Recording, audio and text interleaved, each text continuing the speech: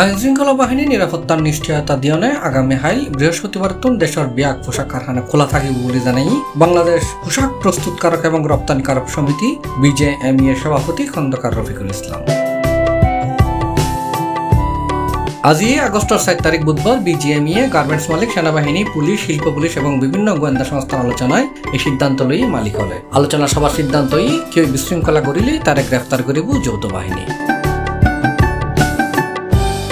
সভাত BJME সভাপতি হয়ে শ্রমিক আন্দোলনত 167টি পোশাক কারখানা বন্ধ আছে, যদিও এই আন্দোলনত শ্রমিকদের সংশ্লিষ্টতা নছিল। বহিরাগতর হামলাত বিশৃঙ্খলা সৃষ্টি হয়ে এতলা সেনাবাহিনী এবং আইনশৃঙ্খলা বাহিনী কারখানা এলাকার নিরাপত্তার নিশ্চয়তা দিয়নে বৃহৎ ভারত আবারও গার্মেন্টস চালু করিবে সিদ্ধান্ত লই মালিক হলে।